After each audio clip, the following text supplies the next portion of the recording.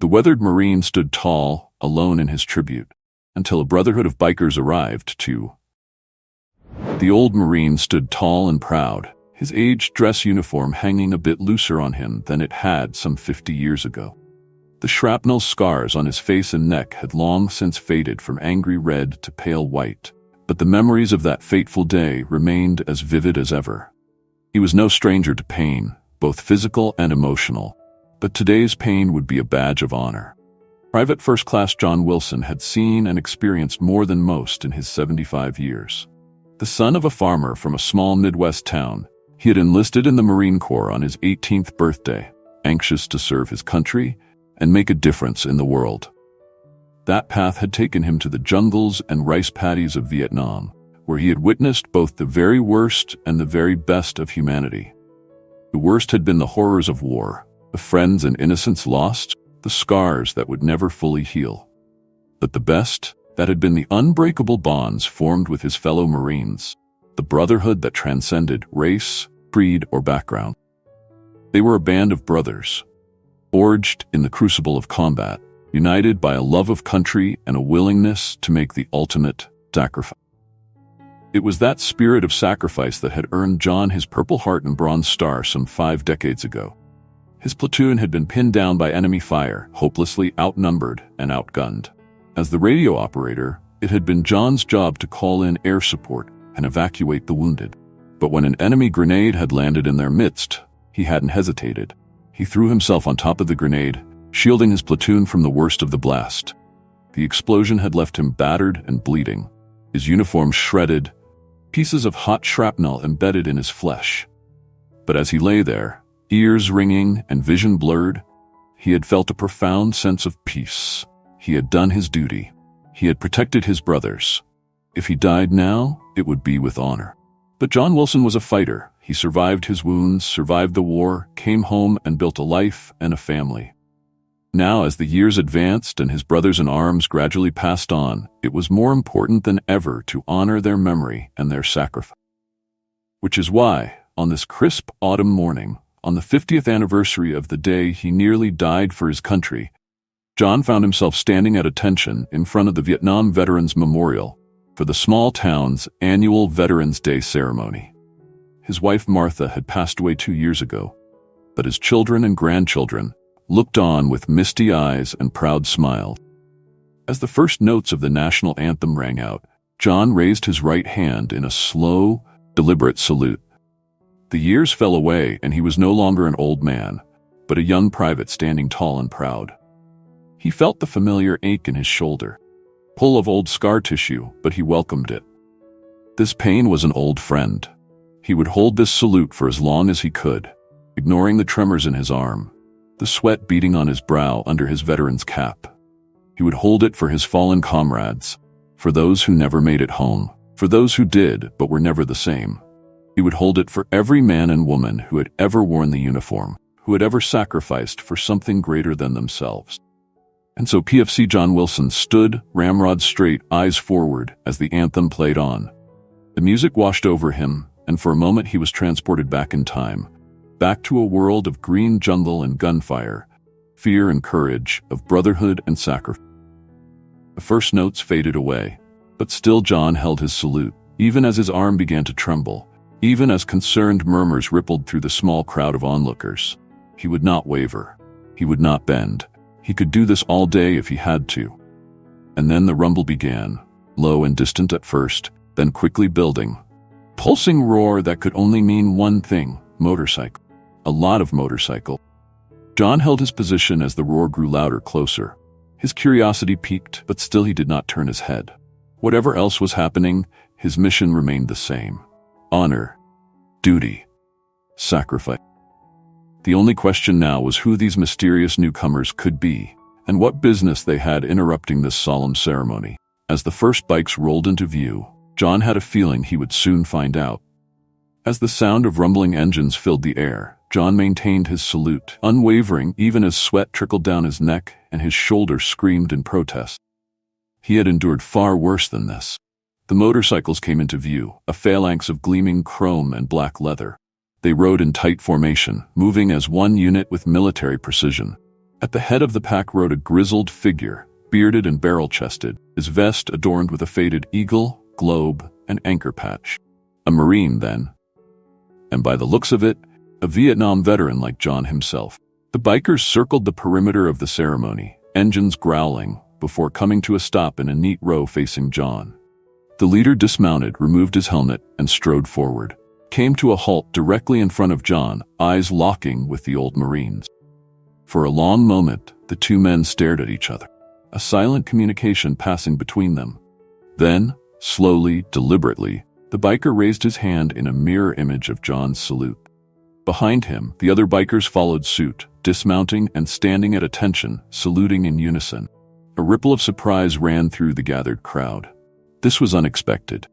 What was the meaning of this? But for John, understanding dawned like a sunrise. These men, these bikers, they were brothers, Marines, veterans. They had come to stand with him, to share his burden, to honor the fallen alongside him. Tears pricked at the corners of John's eyes, but he blinked them back. His arm trembled with fatigue, but he no longer felt the pain. He was no longer alone. The weight of his memories, of his losses, seemed to lift ever so slightly. As he stood there, arm raised in that timeless gesture of respect, John's mind drifted back to a distant jungle, to a terrible day decades past. He had been lying in a hospital bed, swathed in bandages, racked with pain. He remembered looking up to see his platoon sergeant standing over him. The man's face was drawn and haggard, but his eyes held a fierce light. "You did good, son," the sergeant had said, voice gruff with emotion. "You saved a lot of lives out there. Your brothers, we won't forget. We'll never forget." At the time, drugged and delirious, John hadn't fully understood. But now, standing here in front of this memorial, surrounded by the unflinching support of his fellow Marines, he understood. They had never forgotten. They never would. And so they stood together, the old Marine and the bikers, saluting as one. The minutes ticked by, but no one wavered. No one spoke. Words were unnecessary. This was a language that only they fully understood, a language of sacrifice, of honor, unbreakable bonds. Behind them, the crowd watched in respectful silence. Many wept openly, moved beyond words by this raw display of brotherhood and remembrance. Children clung to their parents' hands, eyes wide with wonder. They might not understand the full significance of what they were witnessing, but they could feel the power of it all the same. John's mind drifted back to the present, to the ache in his shoulder, the tremor in his arm. It had been at least an hour now, maybe more. His strength was flagging, but his resolve held firm. He would hold this salute for as long as he could, for his brothers beside him, for those who never came home, for the family behind him, for the country he loved.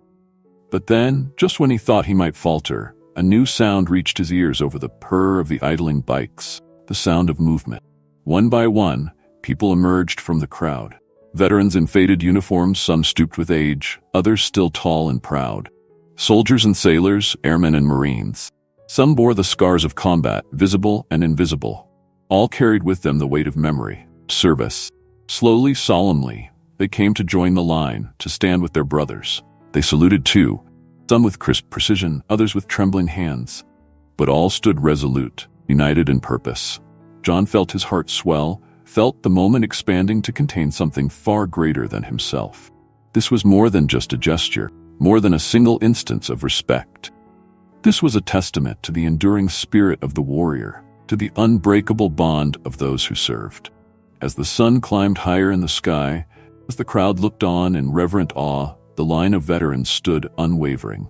They were a living monument, force of nature, a silent song of sacrifice and remembrance. And at the center of it all stood PFC John Wilson, an old Marine with a heart of a lion, holding a salute that had begun as a solitary act of remembrance, but had now grown into something far more powerful, a shared ritual of honor, promise never to forget. In that moment, John knew he was a part of something greater than himself.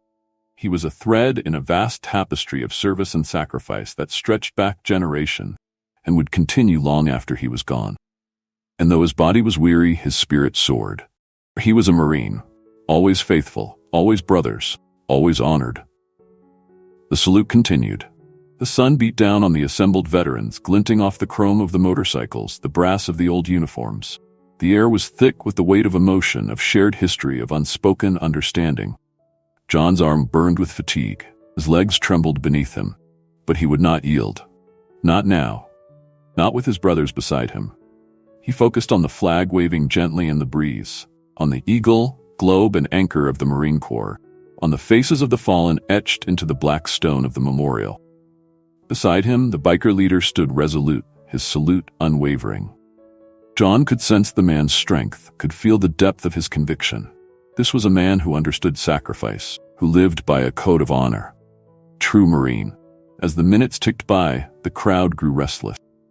Whispers turned to murmurs, murmurs to a low rumble of conversation. Some began to shift uneasily, checking their watches, glancing at their phones. A spell was beginning to break. But then, just as the first few spectators began to drift away, something extraordinary happened. From the middle of the crowd, a single voice rang out, high and clear. From the halls of Montezuma. John's heart leapt in his chest. He knew those words, knew that tune. It was the Marine's hymn, the song that had been a part of him since the day he first put on the uniform. To the shores of Tripoli, the voice continued, growing stronger, more confident. And then, like a wave cresting, other voices joined in. First a few, then a dozen, then 100. Crowd transformed before John's eyes, becoming a choir, a living testament to the spirit of the Corps. We fight our country's battles in the air, on land, and sea. John felt the song resonate in his bones, felt it lend strength to his weary muscles. Beside him, the bikers stood taller, their voices rising to join the chorus. Across the line, voices cracked with age and emotion, but did not waver. First, to fight for right and freedom and to keep our honor clean. In that moment, rank didn't matter, age didn't matter. All that mattered was the bond they shared. Unbreakable thread of service and sacrifice tied them together. They were Marines. They were brothers. We are proud to claim the title of United States Marine. As the final notes of the hymn faded away, profound silence settled over the gathered crowd. It was as if the entire world was holding its breath, acknowledging the significance of what had just transpired. And then, as if on cue, the bikers moved. As one unit, they stepped forward, closing ranks around John. The leader reached out, placing a firm hand on John's shoulder. "At ease, Marine," the man said, his voice a low rumble. "We've got the watch from here." Slowly, gently, the man lowered John's arm, supporting the old veteran as he finally relaxed his long-held salute. John felt a wave of exhaustion wash over him, followed quickly by an overwhelming surge of emotion. Tears streamed down his weathered face as he looked around at the faces of his brothers, old and new. In their eyes, he saw reflected the same mix of pride, pain, and unyielding devotion he felt in his own heart. Biker leader embraced him then. Fierce bear hug that spoke volumes. All around them, the other veterans followed suit, clasping hands, clapping shoulders, sharing in the moment. There were no grand speeches, no elaborate ceremonies, just a simple, profound act of respect and remembrance, testament to the unbreakable bonds of brotherhood. As the embraces ended and the group slowly began to disperse, John felt a sense of peace settle over him. The weight he had carried for so long, the burden of memory and loss, seemed somehow lighter now. He knew the pain would never fully disappear. The scars, both visible and invisible, would always be a part of him. But he also knew that he was not alone. He had his brothers beside him, always. The old Marine took a deep breath, squaring his shoulders once more. He had a feeling that this was a day he would remember for the rest of his life. A day when the past and the present had collided, when the lines between old wars and new had blurred, when the spirit of the Corps had shone through in all its fierce, unyielding glory. He knew there would be stories to tell, memories to share with his children and grandchildren. But for now, he simply basked in the moment, in the love and respect of his fellow Marines. And as he finally began to make his way back to his family, John couldn't help but smile. He was a Marine. He was a survivor. He was a brother. That, he knew, everything. The crowd began to disperse, the veterans going their separate ways with nods of respect and understanding. The bikers lingered, forming a protective circle around John as he made his way slowly to where his family waited. His daughter Sarah was the first to reach him, throwing her arms around him in a fierce hug. "Dad, that was... I don't even know what to say." I'm so proud of you. John returned the hug, his eyes misty. I'm proud of you too, sweetheart. Proud of all of you. His son Michael was next, his handshake firm and his eyes bright. You're a hero, Dad. You always have been. John shook his head. I'm no hero, son. I just did what any Marine would do, what any of these men and women would do. He gestured to the bikers, the veterans still milling about. As if on cue, the biker leader approached, his hand outstretched. Sergeant Major Mark Riggs, he introduced himself. It's an honor to meet you, sir. John shook the offered hand, marveling at the strength of the other man's grip. The honor is mine, Sergeant Major. I can't thank you and your men enough for what you did today. Riggs waved off the thanks. We didn't do anything special, sir. We just stood with a brother in arms. That's what Marines do. John nodded, his throat tight. Semper Fi, he managed. Semper Fi, Riggs echoed, the words a solemn vow. As the bikers said their goodbyes and rode off, John turned back to his family. His grandchildren clustered around him, their young faces alight with curiosity and admiration. Grandpa, were you really in the war? Little Tommy asked, his eyes wide. John knelt down to the boy's level. Yes, I was, Tommy. A long time ago in a place called Vietnam. Were you scared? Tommy's sister Lily piped up. John considered the question. Yes, Lily, I was scared sometimes, but I had my brothers with me, just like those men who were here today, and that made all the difference. As the family made their way to their cars, John found himself reflecting on the day's events. The pain in his arm had faded to a dull ache, but the warmth in his heart remained. He thought of his fallen comrades, the ones who hadn't made it home. He thought of the men who had stood with him today, each carrying their own scars and memories. He thought of the legacy he had tried to pass on to his children and grandchildren. Legacy of service, of sacrifice, of unwavering loyalty. In the end, that was what mattered most. Not the medals or the accolades. The bonds forged in adversity, the values passed down through generations, the stories shared and remembered. As he climbed into the car and looked out at the passing landscape, John felt a sense of contentment settle over him. He had played his part, he had honored his brothers, he had passed the torch to a new generation. He knew there would be more challenges ahead, more battles to fight, whether in the jungles of memory or the trials of everyday life.